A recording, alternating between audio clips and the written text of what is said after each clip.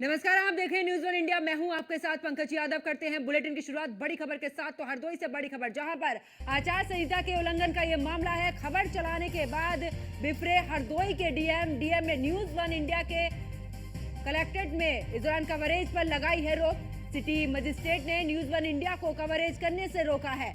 मतदाता जागरूकता rally coverage करने पर रोक लगाई है। न्यूज़ वन इंडिया के कवरेज पर रोक लगाई गई है और न्यूज़ वन इंडिया ने चलाई थी आचार संहिता के उल्लंघन की खबर, और खबर चलाने के बाद डीएम मंगला प्रसाद सिंह ने कवरेज पर इस दौरान रोक लगा दी है, यानी कि पूरे तरीके से बैन लगा दिया है। तो बड़ी खबर आपको बता रहे हैं, जहां पर हरदोई से न्यूज़ वन इंडिया ने आचार संहिता उल्लंघन मामले को लेकर इस दौरान प्रमुखता से खबर चलाई। लेकिन उस खबर को चलाने के बाद अगर प्रशासन की बात की जाए तो हरदोई के डीएम ने न्यूज़ वन इंडिया के कलेक्ट्रेट में कवरेज पर रोक लगा दी है।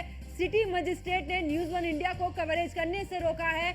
मतदाता जागरूकता रैली कवरेज करने पर भी रोक लगा दी गई है।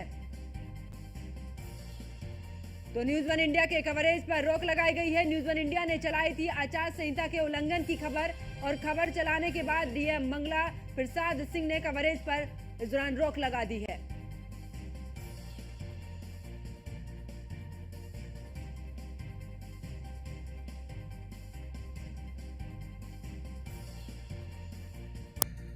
और हमारे संवाददाता आशीष हमारे साथ में हरदोई से लाइव चुके हैं। अगर आशीष बात की जाए तो खबर प्रमुखता से चलाई, आचार संहिता का उल्लंघन होगा तो खबर तो चलेगी ना। ऐसे में प्रशासन का इस तरीके का रवैया कि न्यूज़ वन इंडिया की कवरेज पर ही इस दौरान बैन कर दिया है।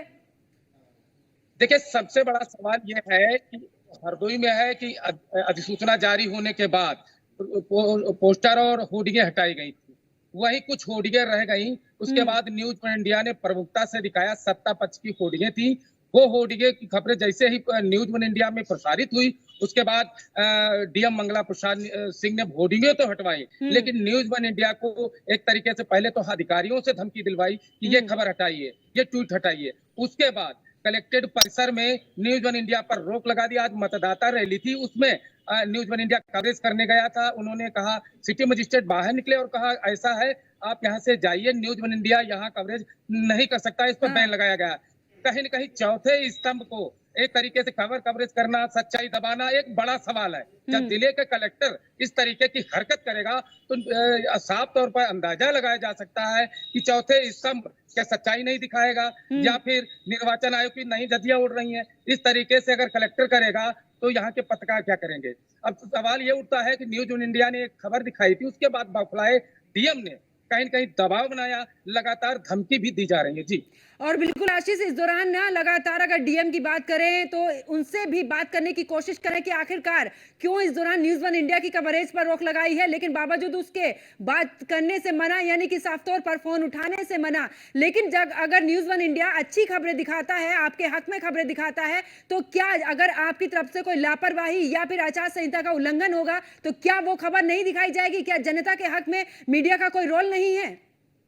देखिए, न्यूज़ वन इंडिया हरदोई में लगातार जन सरोकार की खबरें दिखाता है। चाहे डीएम ने अच्छे कार्य किए हो, चाहे एसडीएम ने अच्छे कार्य किए हो, या किसी अधिकारी ने भी अच्छा वर्क किया है, वो जमीनी स्तर से दिखाता है। ऐसा कि लगातार दिखा भी रहा था। लेकिन आज जब उनके उनके वैसी खबरें लगी, उनको लगा कि ये खबर गलत है। लेकिन खबर एकदम 100% सही है, क्योंकि होर्डिंगें लगी हैं, सत्ता पक्ष की हो चाहे विपक्ष की। अगर होर्डिंगें लगी हैं तो कहीं न कहीं आचार संहिता का उल्लंघन हो रहा है। तो वहां पर कार्रवाई करने के बजाय सीधे न्यूज़ वन इंडिया से भिड़ना एक जिले के कलेक्टर को शोभा नहीं देता है। बिल्कुल। क्योंकि एक बड़ा पद होता है, वो ये भी कह सकता है कि ये खबर दिखवा लीजिए इस तरीके से, लेकिन वो सच्चाई दबाना, सच्चाई रोकना, अधिकारियों से धमकी दिलवाना कि खबर बंद करो, तो कहीं न कहीं ये बौखलाहट है। यही आप आशीष, ये भी है कि अधिकारियों से जिस समय पर आप ये जानकारी दे रहे हैं कि अधिकारियों से भी इस दौरान धमकी दी गई है, क्या कुछ कहना रहा अधिकारियों का जब बात करने की कोशिश की गई इसको लेकर?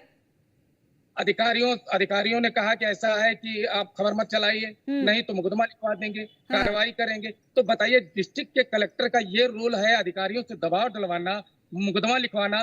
तो ये कहीं न कहीं पत्रकारिता या फिर चौथे स्तंभ का हनन है, और निर्वाचन आयोग की धज्जियां हैं। क्योंकि डिस्ट्रिक्ट कलेक्टर जिस तरीके से मीडिया की आवाज को दबा रहा है, तो कहीं न कहीं ये बहुत ही निंदनीय विषय है।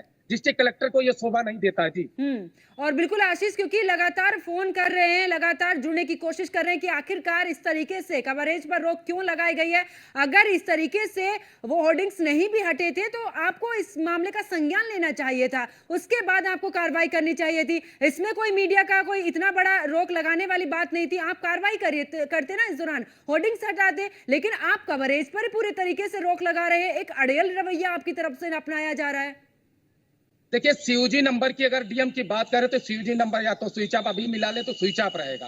और उसके सबसे बड़ी बात, निर्वाचन आयोग ने आदेश दिए थे। देखो, जिला निर्वाचन अधिकारी है डीएम मंगला प्रसाद, और उनका दायित्व बनता है कि मीडिया अगर कोई घटना घटित होती है तो मीडिया के सवालों का जवाबदेही बनती है। लेकिन उन्होंने जिस तरीके से होर्डिंग लगी थी, पोस्टर लगे थे, इस ऐसी खबरें चलना, उसके बाद पूरा बेकाबू हो जाना, मीडिया को ही धमकी देना, उसको निशाना बना लेना, तो कहीं ना कहीं एक सोचनीय विषय। और निर्वाचन आयोग को भी संज्ञान लेना चाहिए। अगर इस तरीके से चौथे स्तंभ पर हमला होगा, इस तरीके से चौथे स्तंभ को खबर चलाने से रोका जाएगा, ये बड़ा सवाल।